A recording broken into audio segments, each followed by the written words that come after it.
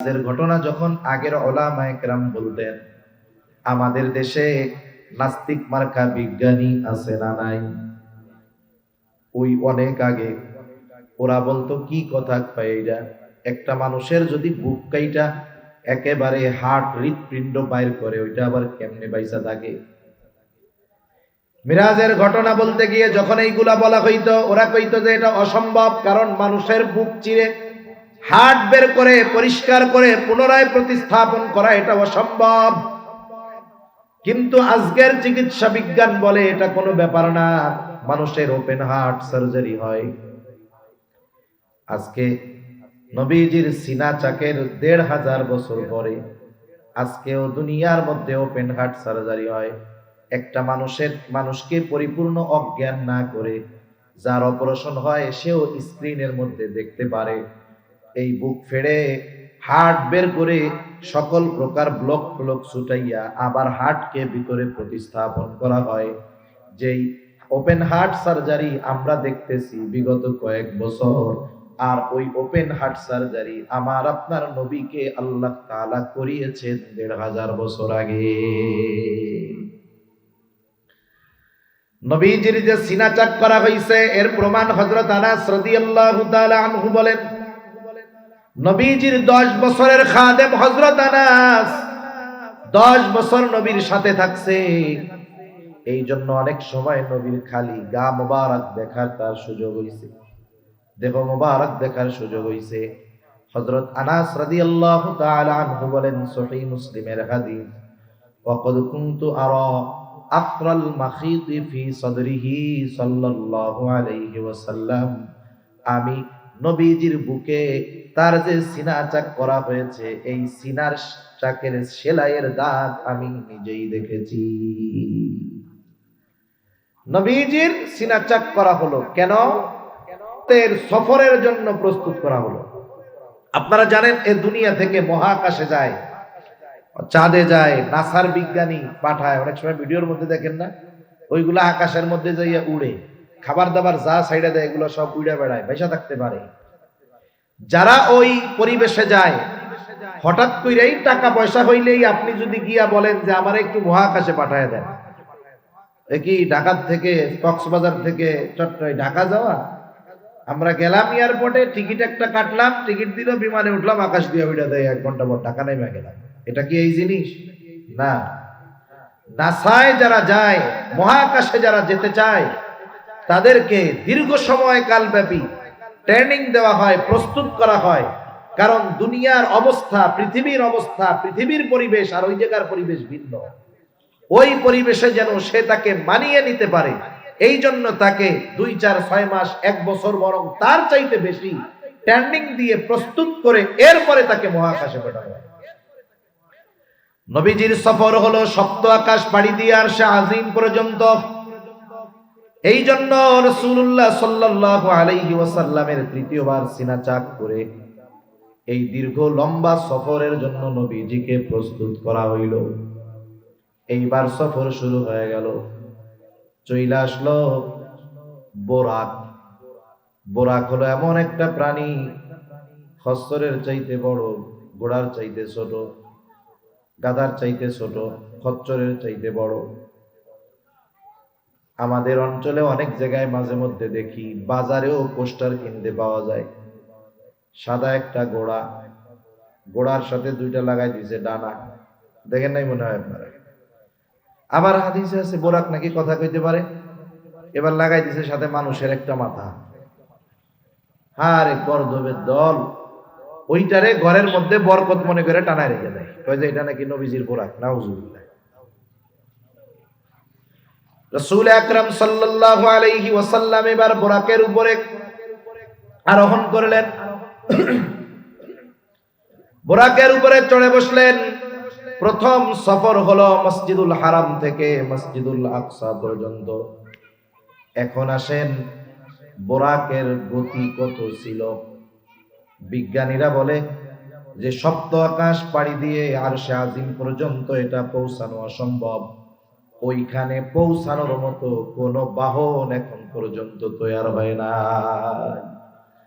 ওরা বলে যে ওইখান পর্যন্ত পৌঁছানোর কোনো বাহন তৈরি হয় নাই।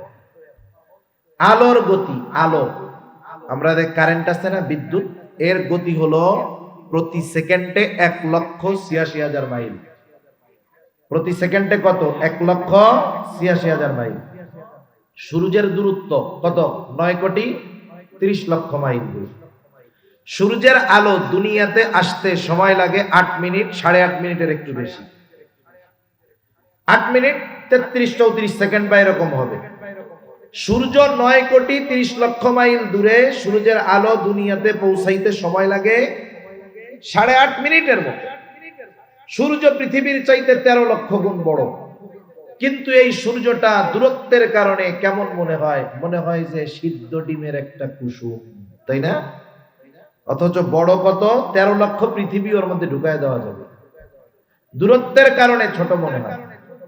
মাঝে মধ্যে আকাশ যখন পরিষ্কার, আমরা আকাশে ছোট ছোট তারকা দেখি, দেখছেন না?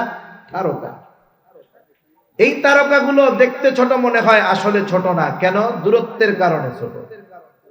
এক একটা তারকা কত বড়, যে একটা তারকার মধ্যে যেই সূর্য পৃথিবীর চাইতে 13 লক্ষ গুণ বড়, ওই রকম কোটি কোটি মিলিয়ন মিলিয়ন সূর্য একটা তারকার মধ্যে ঢুকায় দেওয়া যাবে। সুবহানাল্লাহ। এখন বলেন তো, আকাশে কত তারকা আছে, এর হিসাব কারো জানা আছে? কারো জানা নেই। মহাকাশ নিয়ে যারা গবেষণা করে, নাসা যদি জিজ্ঞাসা করেন, বলো তো আকাশে কত তারা আছে, ওরা বলবে এর হিসাব আমাদের জানা নাই, অগণিত তারকা আছে। এখন আসেন, এই তারকাগুলো কোথায়? সব তারকাগুলো প্রথম আসমানের নিচে। আল্লাহ তাআলা বলেন, ইন্না যায়্যানাস সামাআদ দুনিয়া বিজিনাতিল কাওয়াকিব। আল্লাহ তাআলা বলেন, আমি দুনিয়ার আসমানকে নক্ষত্রপুঞ্জ দ্বারা সুসজ্জিত করেছি। যত নক্ষত্র আমরা দেখি সব প্রথম আকাশের নিচে। রাসূলুল্লাহ সাল্লাল্লাহু আলাইহি ওয়াসাল্লাম বলেন, বুরাকের গতি হলো দৃষ্টি সীমার শেষ পর্যন্ত। তার মানে এখান থেকে আমরা তারকাও দেখতে পাই, এই তারকাটাও দেখতে পাই। তার মানে বুরাকের প্রতিটা পদক্ষেপ, এই যে তারকা দেখি, তার চাইতে অনেক অনেক বেশি দূরে। এক এক সেকেন্ডে 1,86,000 মাইল যায় না, বরং দৃষ্টি সীমার শেষ যেখানে এক পদক্ষেপে বোরাক তত দূর পর্যন্ত পৌঁছায় যায়। আর বোরাকের এই গতি যিনি দান করেছেন, তিনি কে? অসম্ভব মনে হয় না? এখন সূর্য চন্দ্র তারকাগুলো কত দূর? তারকাগুলো হলো এত দূর।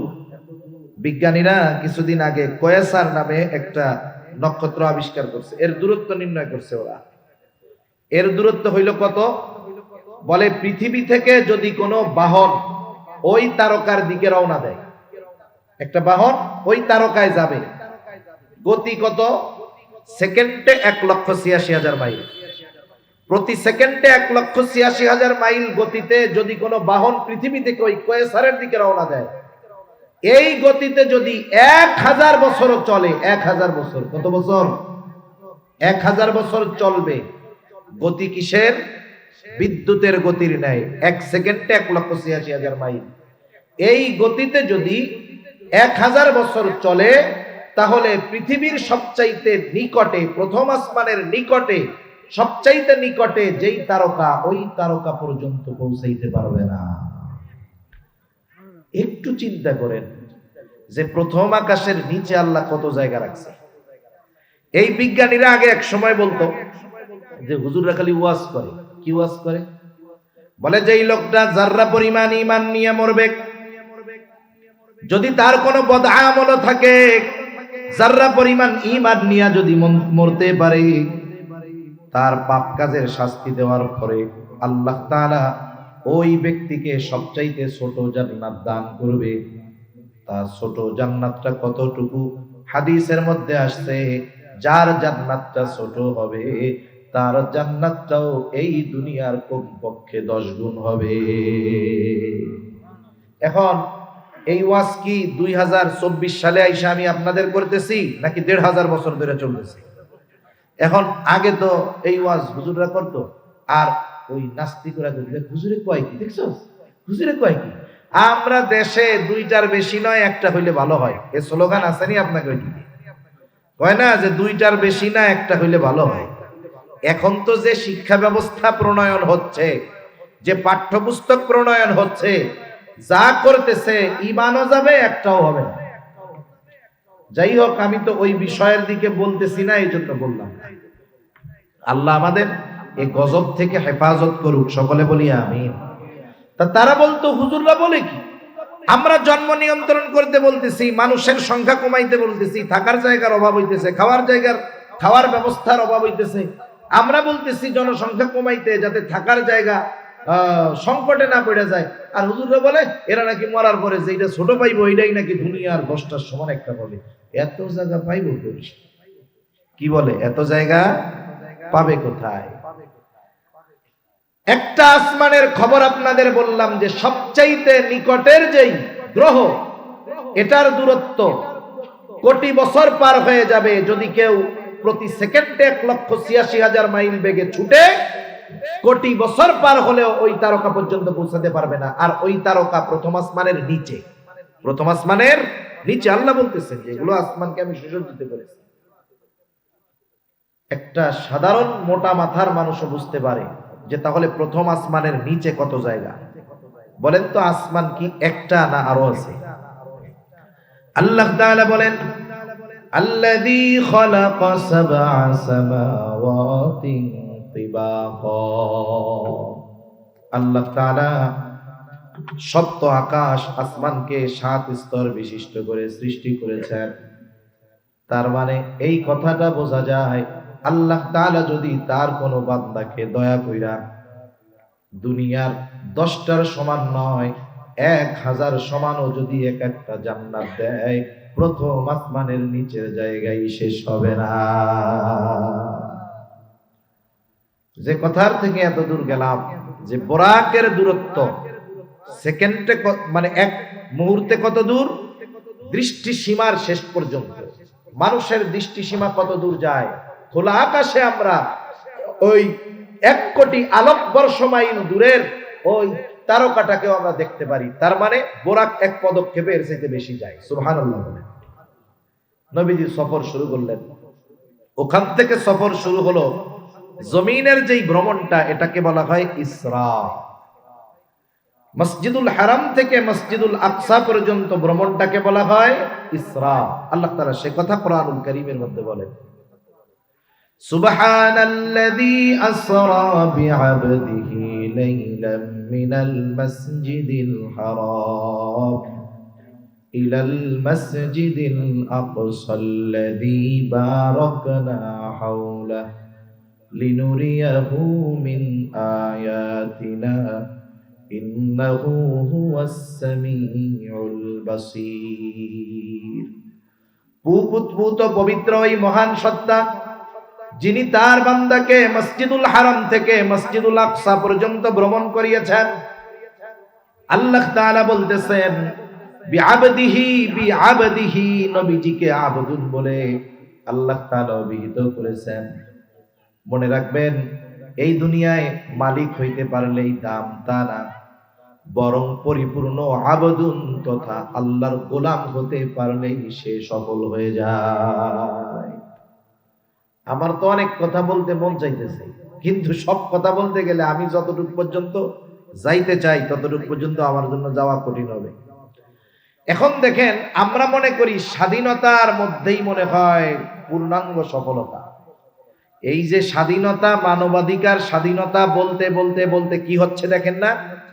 এখন আমাদেরকে বুঝাইতে যাচ্ছে একটা ছেলে হয়ে জন্ম নিচ্ছে, এখন ওর তো একটা স্বাধীনতা আছে। ও যখন বড় হবে, ও যদি মনে মনে নিজের মাইয়া কয় তাইলে নাকি ও মাইয়া হয়ে যাবে। নাউজুবিল্লাহ। এই ধরনের কথা বলার সাহস কেমনে হলো? কারণ মানুষকে স্বাধীনতার নামে, মানবাধিকারের নামে ইসলাম বিদ্বেষী বানানো হচ্ছে।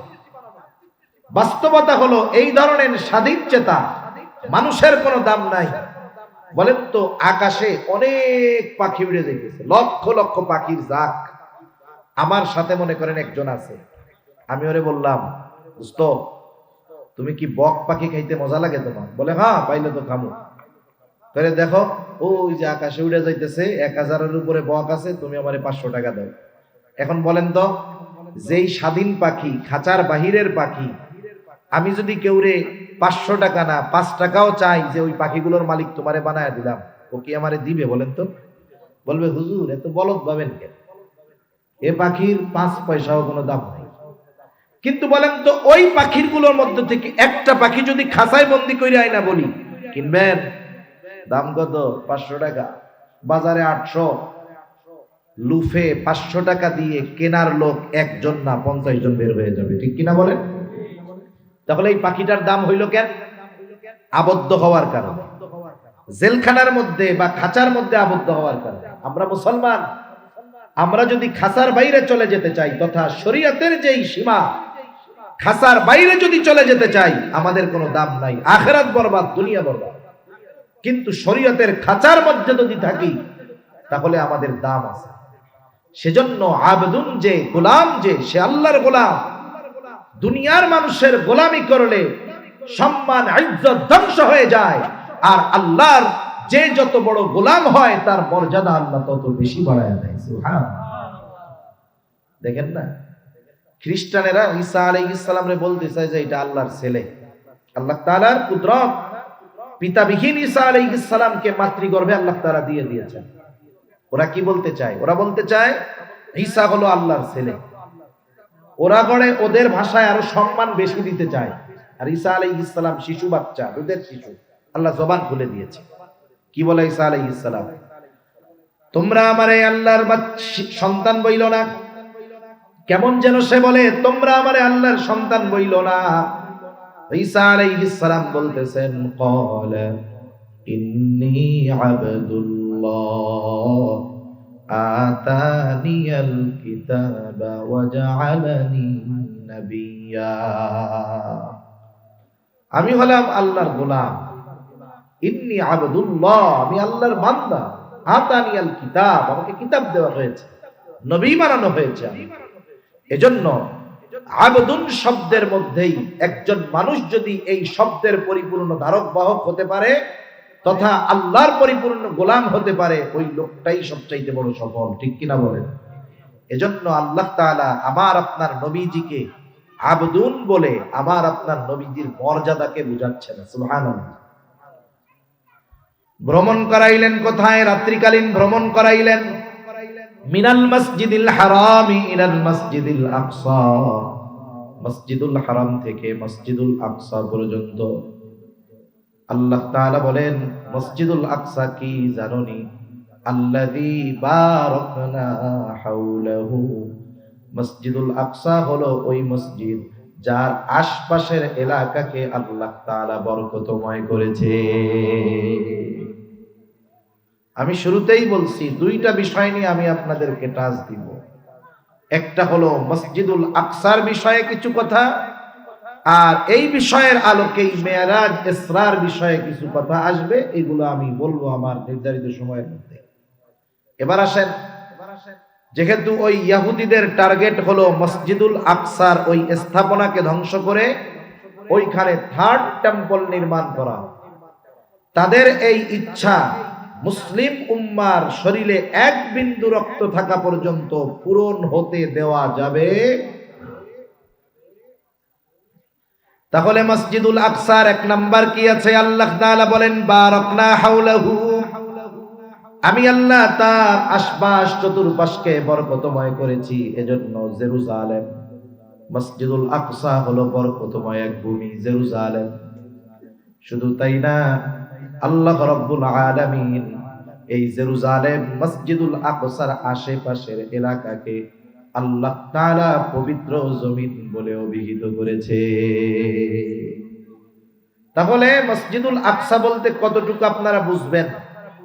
আপনারা যারা বর্তমান সময়ের ছবি দেখছেন, জেরুজালেমের দুইটা ভাগ, একটা হলো ওল্ড সিটি আর একটা হলো নিউ সিটি। ওল্ড সিটিটা দেখবেন যে পুরা চারিদিকে দেওয়াল দিয়ে ঘেরা আছে, ওর ভিতরে অনেকগুলো স্থাপনা, একটা সোনালী গম্বুজের আছে। অনেকে মনে করে এটাই মনে হয় মূল স্ট্রাকচার, মূল মসজিদ। না, ওটাকে বলা হয় কুব্বাতুস সাখরা। ডোম অফ রক, ওইটা পরবর্তীর অনেক একজন খলিফা উনি বানিয়েছেন, কিন্তু মূল মসজিদটা হলো ওই চারদিকের দেয়াল দেওয়া, ওই ভিতরের পুরা জায়গাটা হলো বাইতুল মুকাদ্দাস, পবিত্র ভূমি। ওই জায়গায় মসজিদুল আকসা, ছোট্ট একটা মসজিদ আছে যেটা ধূসর বর্ণের। ওই মসজিদটার সাথে অনেক স্বর্ণ কারুকার্য ছিল, ইহুদিরা আস্তে আস্তে ওইগুলো খুলে সব নিয়ে গেছে। ওই মসজিদটাকে তারা হাইলাইট করে না, মূল মসজিদ যেটা ওইটারে ওরা হাইলাইট করে না, মানুষের সামনে শুধু ওই ডোম অফ রক রে সামনে আনে, মানে আগামী প্রজন্ম অথবা মানুষ যেন মনে করে এটাই মনে হয় মূল মসজিদ, আসলে কিন্তু তা না। মূল মসজিদটা এক সাইডে, ছবি থাকলে দেখবেন, ওইটা ধূসর বর্ণের, ওরা ওইটাকে ভেঙে দিতে চায়, এজন্য ওইটারে সামনে আনে কম, যাতে মুসলমান না বুঝে। তা ওই পুরা জেরুজালেম ওল্ড সিটি যেটা চারদিকে দেওয়াল দিয়ে ঘেরা, এটা পুরোটাই পবিত্র ভূমি, বরকতময় ভূমি। ঘোষণা কার? আল্লাহ তাআলা। যেমন কেউ যদি মক্কায় গিয়ে নামাজ পড়ে, বায়তুল্লাহর সাথে সে যত দূর চলে যাক, জামাতে শরীক হইলে বায়তুল্লাহে নামাজ পড়ার যেই ফজিলত, সে সেই ফজিলত পরিপূর্ণরূপে লাভ করবে। হারামের যেই এরিয়া আছে, একেবারে বাইতুল্লাহর সাথে যেই হুকুম, হারামের এরিয়ার মধ্যে পরিপূর্ণভাবে সেই হুকুম, অথচ এরিয়াটা অনেক বড়, বিশাল বিস্তর জায়গা। এজন্য মসজিদুল আকসা বলতে শুধু মূল মসজিদটাকেই আমরা মনে করব না, বরং ওই যে চারদিকে দেওয়াল দেওয়া যেই জেরুজালেম সিটি, ওল্ড সিটি যেটা, এটা পুরোটাই বরকতময়, পুরোটাই আল্লাহ তাআলা পবিত্র জমিন বলে ঘোষণা দিয়েছেন।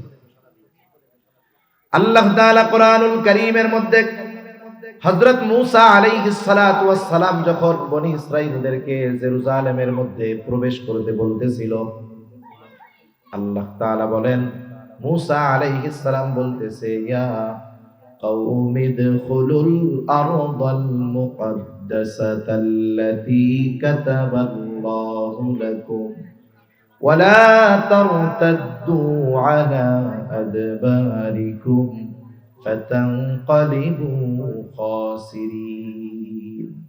আল্লাহ তাআলা বলেন, মূসা তার সম্প্রদায়কে বলতেছে, ইয়া কওমি ইদখুলুল আরদাল মুকদ্দাস, হে আমার সম্প্রদায়, তোমরা ওই পবিত্র জমিনের মধ্যে প্রবেশ করো, যেই জমিনের মালিকানা আল্লাহ তোমাদেরকে লিখে দিয়েছে। কারণ তখন জেরুজালেম শাসন করত জালেম এক গোত্র, তাদের বিরুদ্ধে যুদ্ধ করার কথা বলতেছে যে তোমরা ওই পবিত্র ভূমির মধ্যে ঢুইকা পড়ো, যেই ভূমি যেই জমিনের মালিকানা আল্লাহ তোমাদেরকে দিয়েছে, তোমরা শুধু যুদ্ধ করার জন্য সামনের দিকে অগ্রসর হইবা, তোমরা সামনে যাবা, শত্রু বাহিনী যতই শক্তিশালী হোক, ওই শত্রুর বিরুদ্ধে তোমাদেরকে যিনি বিজয় দান করবেন তিনি কে? তবে একটা কাজ, সামনে যাবা তো যাবা, পেছনের দিকে আসবা না, তাহলে ক্ষতিগ্রস্ত হয়ে যাইবা। তাহলে মসজিদুল আকসা তথা জেরুজালেমের ভূমি, এটা হলো পবিত্র ভূমি, বরকতময় ভূমি, পবিত্র ভূমি। এবার আসেন, এই জেরুজালেম এটা মুসলমানদের প্রথম কিবলা। মুসলমানদের কি প্রথম কিবলা? আব্দুল্লাহ ইবনে আব্বাস রাদিয়াল্লাহু তাআলা আনহু থেকে বর্ণিত, রাসূল আকরাম সাল্লাল্লাহু আলাইহি ওয়াসাল্লাম যখন মক্কায় ছিলেন, তিনি জেরুজালেমের দিকে তথা বাইতুল মুকাদ্দাসের দিকে ফিরে নামাজ পড়তেন। মক্কা থেকে বাইতুল মুকাদ্দাস হলো উত্তর দিকে, মক্কা থেকে মদিনা এরও আরো উত্তরে হলো বাইতুল মুকাদ্দাস। নবীজি যখন মক্কায় ছিলেন, বাইতুল্লাহর দক্ষিণ পাশে দাঁড়াইতেন, উত্তর দিকে মুখ করতেন। আব্দুল্লাহ ইবনে আব্বাস রাদিয়াল্লাহু তাআলা আনহু বলেন, ওয়াল কাবাতু বাইনা ইয়াদাই, কাবা থাকতো সামনে, এরপরে উত্তরে থাকতো বাইতুল মুকাদ্দাস। নবীজি এইবার বাদামা হাজারা ইলাল মদিনা, নবীজি এবার মক্কা থেকে মদিনায় হিজরত করলেন, মদিনায় গিয়ে নামাজ পড়া শুরু করলেন বাইতুল মুকাদ্দাসের দিকে। আগে তো মক্কায় থাকতে বাইতুল্লাহ সামনে নিতে পারতেন, যেহেতু বাইতুল মুকাদ্দাস উত্তর দিকে, কাবা পড়ে গেছে দক্ষিণ দিকে। মদিনা থেকে কাবা হলো দক্ষিণ দিক, বাইতুল মুকাদ্দাস হলো উত্তর দিক। এখন বলেন তো, নবী যদি বাইতুল মুকাদ্দাসের দিকে ফিরে নামাজ পড়ে, কাবা সামনে থাকে নাকি পেছনে পড়ে যায়? কথা বুঝেন নাই? কোন দিকে পড়ে? পেছনের দিকে পড়ে। নবীজি 16 মাস নামাজ পড়ছে এই অবস্থায়, কিন্তু নবীজির অন্তরের মধ্যে তামান্না, আরে এই কাবা যদি মুসলমানদের জন্য কিবলা হয়ে যাইত কতই না ভালো হইতো। যারা হজ উমরায় গেছেন আল্লাহ যাওয়ার তৌফিক দিছে, যখন হজ উমরায় যাওয়া হয় ঐতিহাসিক স্থাপনাগুলো জিয়ারতে নিয়ে যাওয়া হয়, দেখার জন্য নিয়ে যাওয়া হয়। এর মধ্যে একটা হলো এই মসজিদের কিবলাতেই। ওই মসজিদের মধ্যে অনেকে ঢুইকা টের পায় না, কই যে কই দুই কিবলা কেমনে। এখন তো কাবার দিকে মেহরাব মেম্বার সব, কিন্তু মসজিদ থেকে যখন বের হবে এইভাবে উপরের দিকে খেয়াল করলে দেখা যায় যে সাবেক যেই কেবলা তার চিহ্ন বোঝানোর জন্য একটা জায়নামাজের মতো দেওয়া আছে। ওই মসজিদ ওই তথা ওই স্থানে নবীজি নামাজে ছিলেন। মনের মধ্যে তামান্না, যদি কাবা মুমিনদের জন্য কিবলা হয়ে যাইত। নবীজি নামাজ পড়তেছেন আর আকাশের দিকে তাকাইতেছেন, মনের মধ্যে ওই আশা। আল্লাহ তাআলা মানুষের অন্তরের খবর জানেন কি জানেন না? একটু আস্তে কন, জানেন কি জানেন না? নাকি আপনাদের মধ্যে দুই একজন আছে হুজুর আমার মনের খবর আল্লাহও জানে না? আসেননি দুই একজন? তাহলে কথা পেলে কি খিদা লেগে যায়, এই জন্য কথা কম কম? আল্লাহ তাআলা সবার মনের খবর জানে। এই তো আল্লাহ রাব্বুল আলামিন মনের খবর জানে। নবীজি কি বলতে চায়, কেন আকাশের দিকে তাকায়? আল্লাহ তাআলা বলেন, ক্বাদ নারা তাকাল্লুবা ওয়াজহিকা ফিস সামা ফালানুওয়াল্লিয়ান্নাকা কিবলাতান তারদাহা। কেন আপনি আপনার চেহারাটা উপরের দিকে দেন? আল্লাহ তাআলা দেখেন, তিনি জানেন। আল্লাহ তাআলা বলেন, ফালানুওয়াল্লিয়ান্নাকা কিবলাতান তারদাহা। আরে নবীর প্রতি আল্লাহ তাআলার মুহাব্বত ভালোবাসা কেমন, এই কথাটাও এর দ্বারা উপলব্ধ করা যায়, বোঝা যায়। আল্লাহ তাআলা বলতেছেন, হাবিব রে, আপনার মন চায় কাবা বাইতুল্লাহ মুসলমানদের জন্য কিবলা হয়ে যাক, এটা আপনার মন চায়। অবশ্যই অবশ্যই আমি ফালানুওয়াল্লিয়ান্নাকা কিবলাতান, আমি অবশ্যই অবশ্যই এই কিবলা পরিবর্তন করে দিব। কেন? বলে তারদাহা, আপনার খুশির জন্য, সন্তুষ্টির জন্য আমি আল্লাহ জেরুজালেম থেকে ফিরায়া বাইতুল্লাহকে আপনার জন্য আমি আল্লাহ কিবলা বানায়া দিব। এখন আল্লাহ তাআলা কিবলা পরিবর্তন করছেন কেন? নবীরে খুশি করার জন্য। সুবহানাল্লাহ বলেন। 2 রাকাত তো হয়ে গেছে, খুশির খবর পায় না, ভালো কামে দেরি করতে নেই। আল্লাহ তাআলা সাথে সাথে বলেন 2 রাকাত হইছে তাতে কি, বাকি 2 রাকাত ওইদিকে ফিরাই পড়েন। সুবহানাল্লাহ বলেন। ফাওয়াল্লি ওয়াজহাকা শাতরাল মাসজিদিল হারাম, আপনি আপনার চেহারাটাকে মসজিদে হারামের দিকে ফিরায় নেন। ওই মসজিদুল আকসা জেরুজালেম এর অন্যতম বৈশিষ্ট্য হলো এটা মুসলমানদের প্রথম কিবলা। কেউ যদি বাইতুল মুকাদ্দাসের প্রতি মহব্বত ভালোবাসা না রাখে, নবীজির ওই ইবাদতগুলোর প্রতিও তার ভালোবাসা থাকবে না। এই মসজিদের অন্যতম বৈশিষ্ট্য এটা হলো পৃথিবীর দ্বিতীয় মসজিদ।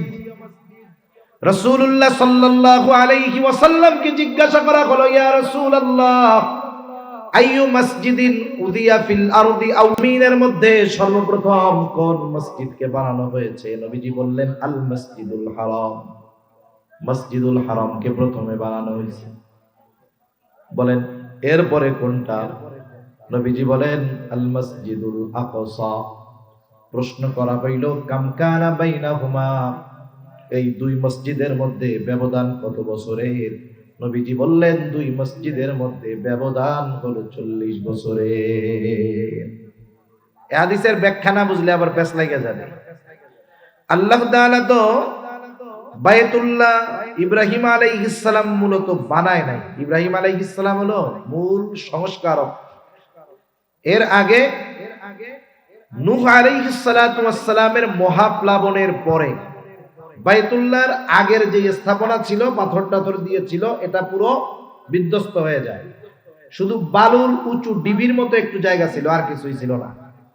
আল্লাহ তাআলা তো চাইছেন ইব্রাহিম আর ইসমাইল আলাইহিস সালাম এই 2 জনকে দিয়ে বাইতুল্লাহর সংস্কার করাবেন। এই জন্যই তো হাজেরা সহ ওই দুগ্ধপোষ্য শিশু বাচ্চা ইসমাইল আলাইহিস সালামকে আল্লাহর নির্দেশে ইব্রাহিম আলাইহিস সালাম বাইতুল্লাহর কাছে রেখে গেছে। এর এক লম্বা ইতিহাস। এরপরে যখন প্রাপ্তবয়স্ক হইছে, আল্লাহর নির্দেশে বাপ বেটা মিলা এবার ওইটাকে সংস্কার করছে। বর্তমান যে বাইতুল্লাহ দেখেন, এটা কিন্তু ইব্রাহিমী যে স্ট্রাকচার তা নয়। আপনারা যারা হজ উমরায় গেছেন, তাওয়াফের সময় দেখবেন বাইতুল্লাহর সাথেই এইরকম চাঁদের মতো বাঁকানো একটা দেয়াল আছে, ছবি টবিতে দেখছেন না? এটাকে বলা হয় হাতিমে কাবা। এটাও কাবার অংশ। মূল ঘর, চার কোনা যেই ঘর, ওর মধ্যে যদি কেউ ঢোকার পরে সে যেই দিক খুশি সেই দিক ফিরা নামাজ পড়তে পারবে। কিন্তু বাহিরে ওই যে চাঁদের মতো যে অংশটা, ওই ভিতরে যদি কেউ যাইতে পারে, যাওয়া যায়, অনেক মানুষ যায়। ওই জায়গাটাও যেহেতু কাবার অংশ, ওই জায়গায়ও সে যেদিকে খুশি সেদিকে ফিরে নামাজ পড়তে পারবে। হাতিমে কাবার এরিয়ার মধ্যে ঢুকছে, বাইতুল্লাহর পেছনে দিয়ে সামনের দিকে ওই দেয়াল বাঁকানো যেটা, ওইটার সামনে দিয়ে নামাজ পড়ছে, তার নামাজ হয়ে যাবে। এখন কথা হইল, তাইলে ওইটারে বাইরে রাখা হইল কেন? ইব্রাহিম আলাইহিস সালাম কিন্তু পুরোটা নিয়ে বানাইছিলেন। পরবর্তীতে কুরাইশরা যখন কাবা ঘর সংস্কার করলো, সংস্কার করার সময় তাদের অর্থের অভাবে হাতিমে কাবা ওই অংশটাকে আর মূল অংশের মধ্যে তারা ঢুকাইতে পারে নাই, একটু ছোট করে বানায় রেখেছে। ইব্রাহিম আলাইহিস সালামের কাবার স্ট্রাকচার ছিল, দরজা ছিল দুইটা, আর এখন দেখবেন দরজা কত উপরে, প্রায় 5-6 ফুট উপরে দরজা। ওই সময় দরজা ছিল দুইটা, একটা দিয়া ঢুকতো আর একটা দিয়া মানুষ ইবাদত করে বাইরে হয়ে যেত।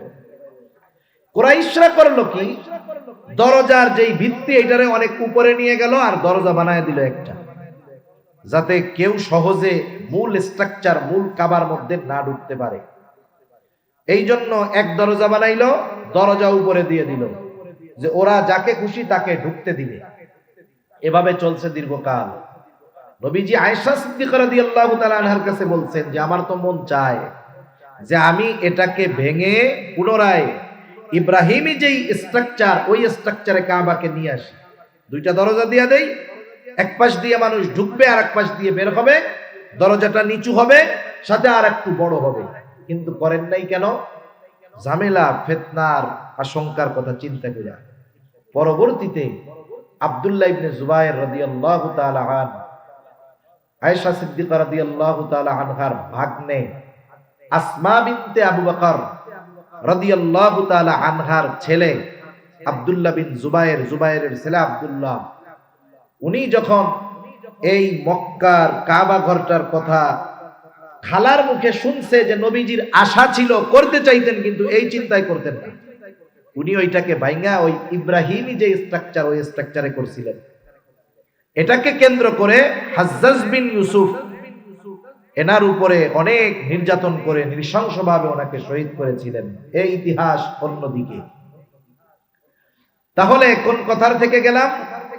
যে মসজিদুল হারাম এটা মুসলমানদের কেবলা হওয়ার আগে প্রথম কেবলা ছিল এই মসজিদুল আকসা, জেরুজালেম। সেজন্য এটার সাথে মুসলমানদের ইবাদতের, নবীজির সেজদার ইবাদতের সম্পর্ক আছে। আর এটা হলো পৃথিবীর প্রথম মসজিদ। মসজিদুল হারাম হলো পৃথিবীর প্রথম মসজিদ। ইব্রাহিম আলাইহিস সালাম এটাকে সংস্কার করেছেন। এর 40 বছর পরে মসজিদুল আকসা ইব্রাহিম আলাইহিস সালাতু ওয়াস সালামের হাতে প্রতিষ্ঠিত হয়েছে। এই দুইটার ব্যবধান হলো 40 বছর। এই দৃষ্টিকোণ থেকে নবীজি বলেছেন এই দুইটার মধ্যে ব্যবধান হলো 40 বছরের। অনেকে মনে করে মসজিদুল আকসা মনে হয় সুলাইমান আলাইহিস সালাম বানাইছে। না না, সুলাইমান আলাইহিস সালাম এটাকে জিনদেরকে দিয়ে সংস্কার করেছিলেন, কিন্তু মসজিদুল আকসা এটা প্রতিষ্ঠিত হয়েছে ইব্রাহিম আলাইহিস সালামের হাতে। এটা পৃথিবীর দ্বিতীয় মসজিদ। এই মসজিদ এমন এক মসজিদ যেই মসজিদের মধ্যে 1 রাকাত নামাজ পড়লে কমপক্ষে 250 রাকাতের সওয়াব হয়। আমাদের সামর্থ্য থাকলে মক্কা মদিনায় গিয়ে 1 লক্ষ রাকাতের, মদিনায় গিয়ে 1000 রাকাতের সওয়াব অর্জন করতে পারি। কিন্তু যেই মসজিদ 250 রাকাতের সওয়াব পাওয়া যায়, যেই মসজিদ পৃথিবীর দ্বিতীয় মসজিদ, যেই মসজিদ মুসলমানদের প্রথম কিবলা, টাকা পয়সা থাকলেই ওই মসজিদে গিয়ে আল্লাহর কুদরতি কদমে একটা সেজদা দেওয়া যায় না। এই জালেমগুলার কারণে আমরা আল্লাহর কাছে দোয়া করি আর আশা করি ইনশাআল্লাহ এমন একটা সময় আসবে আমরাও ওইখানে গিয়ে আমাদের প্রথম কেবলার ওই মসজিদে গিয়ে সেজদা দিতে পারবো ইনশাআল্লাহ। আমরা না পারি আমাদের পরবর্তী প্রজন্ম পারবে ইনশাআল্লাহ। এবার আসেন ওই মসজিদের অন্যতম আর একটা বৈশিষ্ট্য কি, পৃথিবীর 3টা মসজিদে সফরের উদ্দেশ্যে, দেখার উদ্দেশ্যে, ভ্রমণের উদ্দেশ্যে যাওয়া যায় ফজিলত মনে কইরা। ফজিলত মনে করে 3টা মসজিদে দেখতে যাওয়া যায়। আমাদের অঞ্চলে আছে 60 গম্বুজ মসজিদ। কেউ যদি এই চিন্তা করে যে ওই মসজিদ দেখতে গেলে আমার বড় ফজিলত হবে, তাহলে তার গুনাহ হবে। কত মানুষ মাঝে মধ্যে দেখি নামাজ কালাম কিছু পড়ে না, ওই জায়গায় গিয়ে 2 রাকাত নামাজ পড়ে। কেন পড়লি রে? কয় ফজিলত আছে। একটু আগে জোহরের নামাজ গেছে, এটা পড়ে নাই, কিন্তু ওইটার সময় বাইরে দাঁড়াইয়া বিড়ি টানছে। একটু পরে ওইটার ভিতরে ঢুইকা 2 রাকাত নামাজ পড়ছে। কেন পড়লি? কয় ফজিলত। কেউ যদি এই মনে করে ওইখানে যায়, ওইখানে নামাজ পড়লে ফজিলত, গুনাহ হবে। কি হবে জোরে বলেন? গুনাহ হবে। নবীজি বলেন পৃথিবীর 3টা মসজিদ, 1 নাম্বার মসজিদুল হারাম, মসজিদুন নববী আর মসজিদুল আকসা। এই 3টা মসজিদে ফজিলত মনে কইরা ভ্রমণ করা যাবে, কোনো অসুবিধা নাই, বরং যাওয়া জরুরি। এরপরে আসেন অন্যতম আর একটা ফজিলত, নবীজি এক হাদিসের মধ্যে বলেন দাজ্জালের যখন আবির্ভাব ঘটবে 4টা মসজিদের এরিয়ায় দাজ্জাল ঢুকতে পারবে না। কয়টা জোরে বলেন? 1 নাম্বার মসজিদুল হারাম, 2 নাম্বার মসজিদুন নববী, 3 নাম্বার মসজিদুল আকসা, 4 নাম্বার হলো মসজিদুত তুর। এই তুর একটা মসজিদ আছে, ওইখানে ঢুকতে পারবে না, এছাড়া সব জায়গায় ঢুকতে পারবে। সর্বশেষ এই মসজিদের সবচেয়ে বড় অন্যতম একটা ফজিলত বলে আমি শেষ করে দিই। মুহতারাম চলে আসছেন, দেখেন পৃথিবীর একমাত্র মসজিদ, একমাত্র জায়গা যেইখানে আল্লাহ তাআলা পৃথিবীর শুরু থেকে নিয়ে শেষ পর্যন্ত যত নবী রাসূল এসেছেন সকলকে আল্লাহ এক জায়গায় একত্রিত করেছে। সুবহানাল্লাহ বলেন। দুনিয়ার আর কোন মসজিদের এই ফজিলত আছে? নাই। আরো কি ফজিলত? সকলে উপস্থিত হইছে সব নবী। আমার আপনার নবী হলেন নবীদেরও নবী, নবীদেরও ইমাম। নবীজি নবীদেরও ইমাম। সব নবীরা একত্রিত করেছেন আল্লাহ তাআলা সব নবীদের। 2 রাকাত নামাজ হবে। কে ইমামতি করবে? আদম আলাইহিস সালাম সকল মানুষের বাবা, ইব্রাহিম আলাইহিস সালাম সব মুসলমানদের পিতা। ইমামতির সুযোগ কারো হয় নাই। জিব্রাইল ঠেলা দিয়া আমার আপনার নবীকে সামনে আগায় দিয়া বলে আজকে এই জামাতের ইমামতি করার যোগ্যতা একমাত্র আল্লাহ তাআলা আপনাকেই দিয়েছে। আপনি হলেন আজকের ইমাম, ইমামুল আম্বিয়া। আমরা কেন বলি? আমার আপনার নবী নবীদেরও নবী। এই মসজিদের সাথে আমাদের মুসলমানদের ঈমানের অন্তরের সম্পর্ক। এজন্য 2 মসজিদের সাথে সাথে এই মসজিদের প্রতিও আমাদের ভালোবাসা রাখতে হবে, ঠিক কিনা বলেন? আর ওখান থেকেই আমার আপনার নবীজির ঊর্ধ্বলোক মেরাজের সফর শুরু হয়েছে। আল্লাহ সুবহানাহু ওয়া তাআলা আমাদের সকলের অন্তরে মসজিদুল আকসার মহব্বত, মসজিদুল হারাম আর মসজিদুল নববীর মতো মসজিদুল আকসার মহব্বত আল্লাহ আমাদের হৃদয়ের মধ্যে ঢুকায় দিন। সকলে বলি আমিন। আল্লাহ তাআলা জালেমদের কবল থেকে এই পবিত্র জমিনকে, বরকতময় ভূমিকে আল্লাহ তাআলা হেফাজত করুক। সকলে বলি আমিন। যারা ওই জালেমদের বিরুদ্ধে জিহাদ করতেছে আল্লাহ তাদের কবুল করুক। যারা জীবন দিয়েছে আল্লাহ তাআলা তাদেরকে শাহাদাতের মর্যাদা দান করুক। আমিন। সুবহানাকাল্লাহুম্মা ওয়া বিহামদিক।